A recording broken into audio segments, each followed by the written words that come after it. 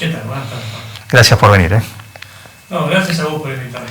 La verdad que para mí es una gran oportunidad para justamente concientizar sobre este tema. El objetivo es básicamente, informar en una época de sobreinformación, ¿sí? En todo sentido, en muchas cuestiones, donde no sabes, donde todos tienen palabras, todos tienen voz, pero no son todos autorizados o no sabes cuál es. Bueno, en definitiva, ¿cómo está este tema? ¿Cómo lo ves vos a través de tu profesión, a través de las consultas? ¿Cuál es la situación? ¿Qué nos puedes contar sobre el bullying acá en 9 de julio? Bueno, acá en 9 de julio sucede un poco lo que sucede también a nivel global. El bullying es un fenómeno que trasciende fronteras. De hecho, existe una ONG que se llama Bullying Sin Fronteras, que la cofundó un jurista argentino, y es en algún punto una ONG que hace un seguimiento de los casos que se van dando a nivel mundial, ¿no? De hecho, es importante tener datos para uno eventualmente tomar conciencia sobre el nivel de gravedad y cómo esto afecta a la calidad de vida no solo de los niños y los adolescentes en la etapa escolar, sino también de las familias. En el año 2020, pre-pandemia, había un registro de 6.200 casos de bullying en el país. Post-pandemia explotó a 17.000 casos registrados. Son una ONG que una de sus tareas es registrar los datos a nivel país y global. ¿Con esto qué quiero decir? Que debe haber miles de casos no registrados. ¿Y por qué te lo digo? Porque en este ranking mundial, Argentina estaba en el puesto número 15 mundial. Y hoy, año 2023, estamos quintos. Por debajo de México, de Estados Unidos, Brasil y España. Y el número ascendió explosivamente a 50.250 casos registrados de bullying en el país. De hecho, el año pasado, 2022, diputados de la provincia de San Luis presentaron un proyecto de ley para que se establezca una fecha nacional de prevención contra el bullying, que es el 2 de mayo. Con esto, ¿qué te quiero decir? Que nosotros como nación, como país, estamos muy lerdos en todo lo que respecta a intervención, prevención, concientización y por ende combate de este flagelo social que muchas veces termina de la peor manera. Es interesante esto que vos me lo menciones para que tomemos conciencia. Mira, hay estudios, por ejemplo, de la Universidad de Harvard, ¿sí? En su revista médica han presentado estudios donde han llegado a la conclusión que personas que hayan padecido bullying en la infancia, en la adolescencia, en su etapa escolar, en las mujeres, por ejemplo, un 17% tiene más probabilidades de sufrir en la adultez trastornos depresivos, de ansiedad. En el hombre hay un 27% más de probabilidades de padecer de ideación suicida en la adultez. Y la King College de Londres, que es una universidad muy prestigiosa y de muchos años de Londres, ha también estudiado el tema y han podido corroborar científicamente que el bullying provoca cambios físicos en el cerebro. ¿Hasta qué edad es bullying? ¿Y cuándo pasa a ser otra cosa? Es buena la pregunta. Mirá, si querés te cuento qué significa bullying, porque hablamos mucho del bullying esto, bullying lo otro, y se pierde en una anomia, ¿no? El sentido de la palabra. Bullying viene de mobbing, que son dos vocablos en inglés.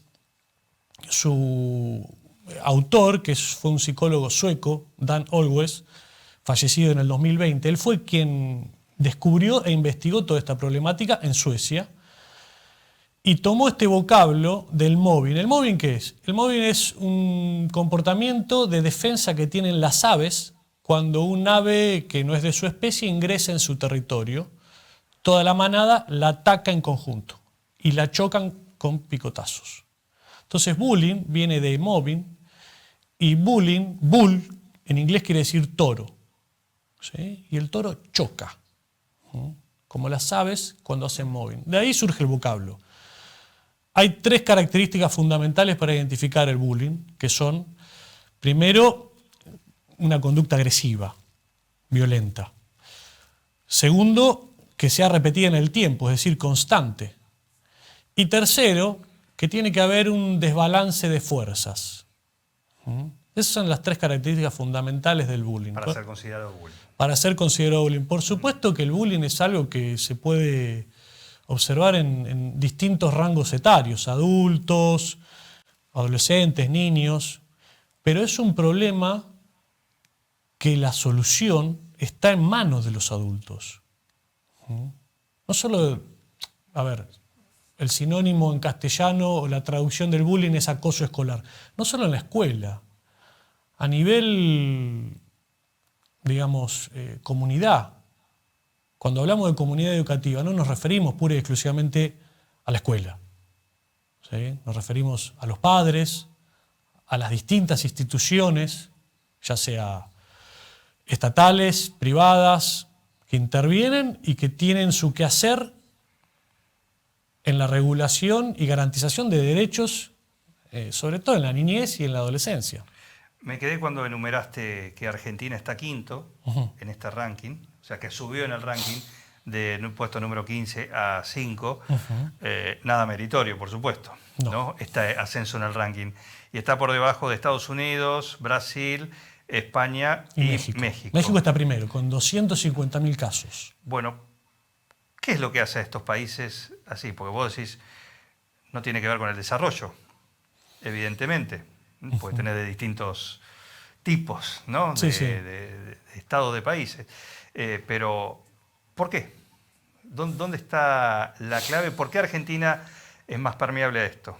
Por ejemplo, hablando de nosotros. Bueno, creo que debe haber un fuerte condimento idiosincrático. Igual el 6º país debajo de nosotros es la India. O sea que tenés un crisol de culturas. Claro.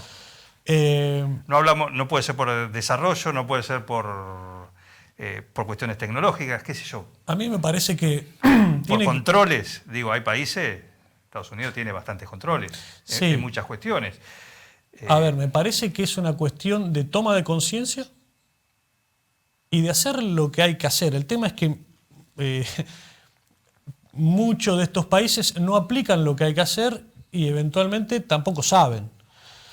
Este psicólogo que yo te menciono, sueco, quien fue el que descubrió todo esto, desarrolló un plan de combate del bullying que se lo presentó a las autoridades de su país, en Suecia, fue aplicado a nivel nacional y bajó el bullying un 50% en Suecia.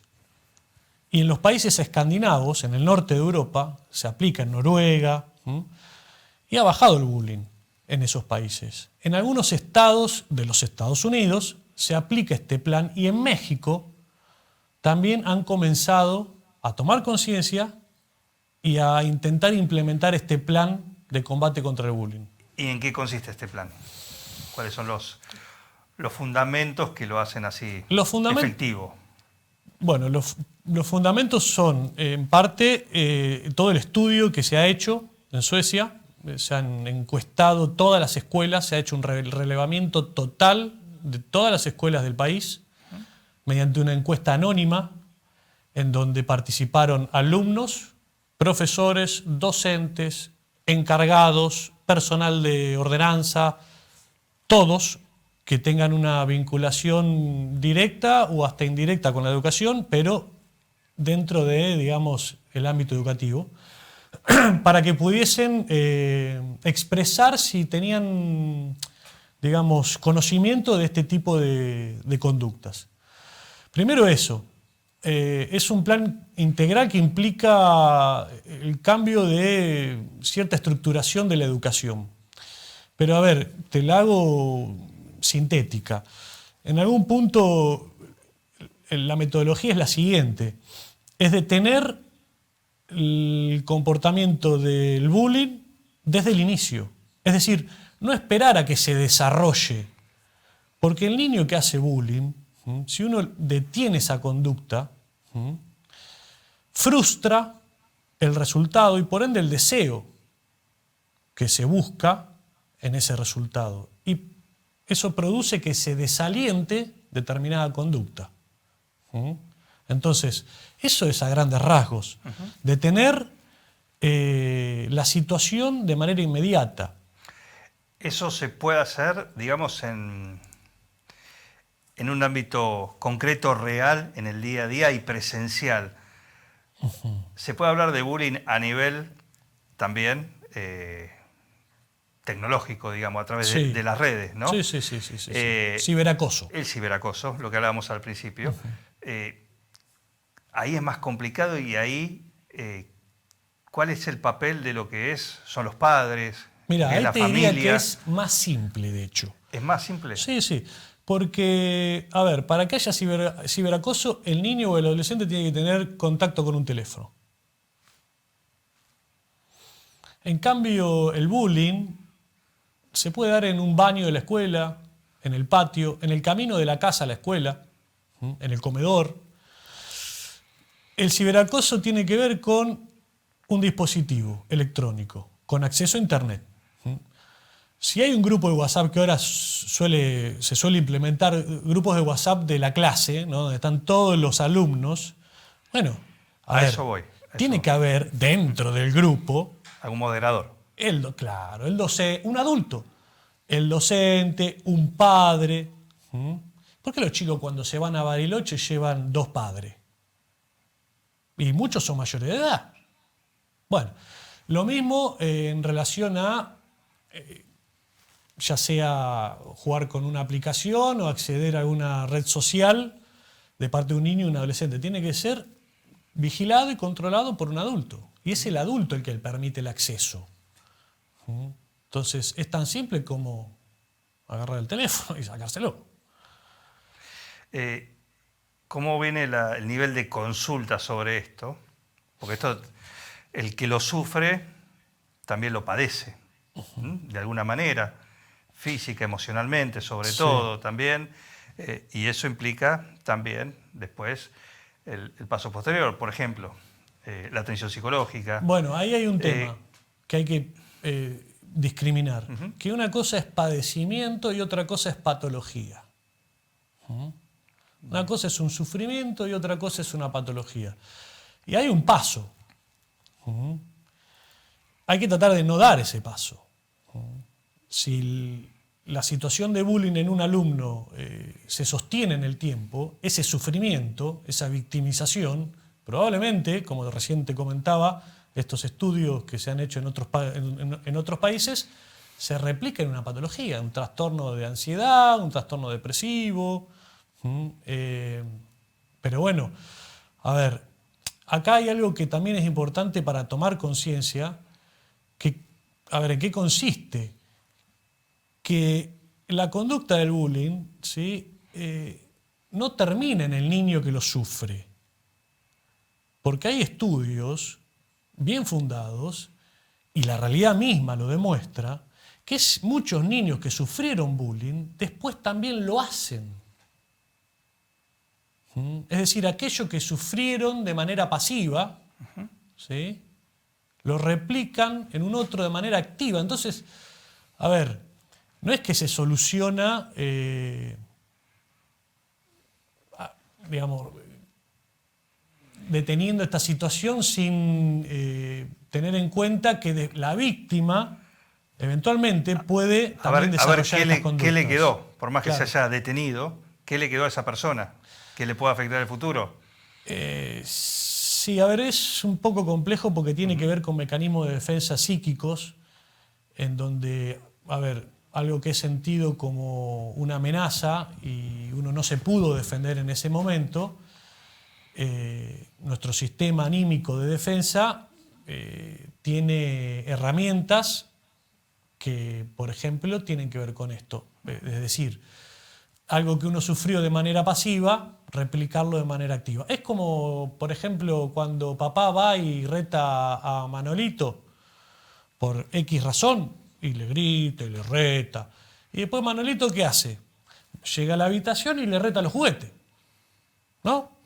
Entonces, eso que se sufre de manera pasiva, se lo tramita, por decirlo de alguna manera, no es lo ideal, la verdad. Tampoco es lo ideal andar gritándole a los chicos, porque los chicos entienden siempre y cuando uno les hable en un lenguaje que ellos puedan comprender, en un tono tranquilo y con paciencia, por supuesto. La educación, la formación de un ser humano es una de las tareas más titánicas que tiene cualquier persona que ejerza ese rol, ya sea de padre, madre, educador, tutor. Entonces, pero antes que nada, la paciencia. ¿Qué le decís a alguien que llega, te golpea la puerta, ¿sí?, del consultorio? Dice, tengo esta situación, mi hijo, mi hija está sufriendo esto. ¿Qué haces? ¿Cuál es el procedimiento? ¿Cuál es el...? Te contesto lo que me habías preguntado porque no te pude contestar. Sí, por supuesto que en el consultorio, y seguramente todos mis colegas de acá de la comunidad podrán replicar esto mismo. A ver, te lo estoy planteando en datos a nivel país, y 9 de julio no es una isla. Por ende, sí, es alarmante. A ver, hoy en día, como te comentaba, me parece que nuestro país necesita tomar conciencia y aplicar políticas públicas que fomenten revertir este problema.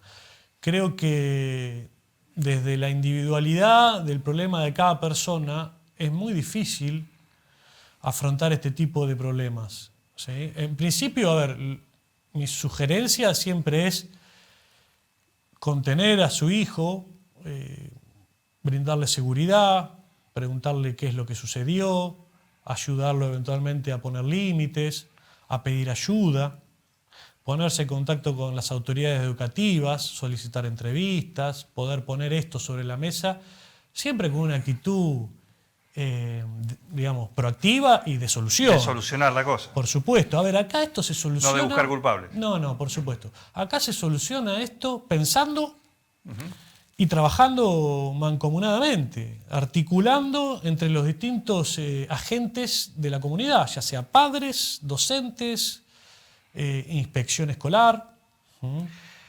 Yo te escucho y siempre que pasan estas cosas decir, bueno,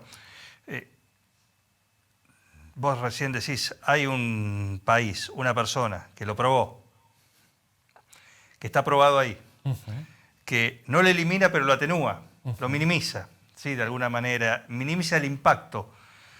Se ha replicado en otros países, han tenido el mismo resultado. Y esto es lo que siempre me pregunto cuando escucho decir, bueno, che, no le encontramos la vuelta a esta solución, y ves que en otro lugar lo han hecho. ¿Qué pasa? ¿Qué impide que decir, bueno, no tenés que pensar nada, tenés que copiar? ¿Sí? Bueno, no es tan simple. Bueno, adaptar, pero no tenés que arrancar de cero. A ver, no es tan fácil, perdón. No es tan fácil. Es simple, porque en lo simple está lo complejo y en lo complejo está lo simple. El problema es cuando queremos hacer de lo simple algo fácil y terminamos provocando que lo complejo se vuelva complicado. A ver, somos sociedades distintas. Lo que es transversal a todos es que en esa distinción somos todos iguales, somos todos seres humanos. Pero obviamente Suecia tiene otro desarrollo, digamos, histórico, ¿no? Esto, digamos, traspolarlo acá a la Argentina tendría que ser teniendo en cuenta las características culturales de este país, ¿no? A mí me parece muy importante que ya se haya presentado un proyecto que es del año pasado para que establezcamos un día al año, por lo menos, de concientización. ¿Pero sirven esas cosas? Por algo se arranca. Por algo se arranca. Roma no se construyó en una noche. Es un pasito. A mí me parece que Argentina es un país joven y que tiene mucho futuro por delante. Pero bueno, sí, por eso te agradecía al principio de que me dieras este espacio para promover la concientización de esta problemática. Yo coincido que es eso, el camino. No sé si sirve eso de poner fechas para cualquier cosa, ¿no? Si después no se toman cosas de fondo. Mira, poner fechas... En ese sentido, ¿no? Si eso va acompañado de campañas, si uno ve que va a crecimiento, que año tras año se hacen cosas, lo ve efectivamente, el solo hecho de una fecha, yo soy escéptico en eso, ojalá me equivoque con este tema y con un montón más, ¿no? En este sentido, digo, son temas pesados para ver cosas en el campo, ¿no? De una vez. Sí, a ver, en relación a lo de las fechas, a mí me parece que es importante porque es visibilizarlo al problema y eventualmente recordarlo al menos una vez al año. Está bien. Porque la paradoja está en que en cuanto uno deja de recordar, o sea, a ver, la mejor manera de olvidar, vamos a arrancar así, es recordando. La mejor manera de olvidar es recordando, porque en donde dejamos de recordar, repetimos la historia. Está bien. Por eso hay fechas que hay que recordar. Sí, sí. Para no repetir la historia. ¿Sí? Y poder eventualmente olvidarla. Pero bueno, una cuestión también que hace a nuestro país. Existían psicólogos dentro de los gabinetes escolares, por lo menos acá en la provincia de Buenos Aires, dejaron de estar. Los gabinetes en las escuelas tienen, digamos, un equipo interdisciplinario que antes lo integraba también un psicólogo. Hoy no está más ese psicólogo. Y yo observo que las escuelas... ¿Desde cuándo no está eso? Mirá, no tengo una fecha precisa. Más o menos, pero sí. Pero hace bastante.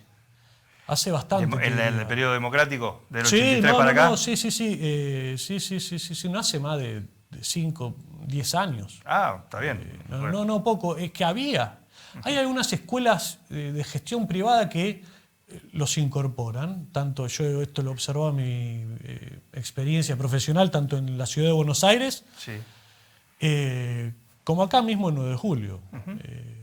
Pero bueno, a mí me ha sucedido de poder, digamos, conocer lo que es el ámbito escolar acá en 9 de julio y observar esta necesidad, que es lógico que el cuerpo docente precise de una ayuda en este sentido, ¿no?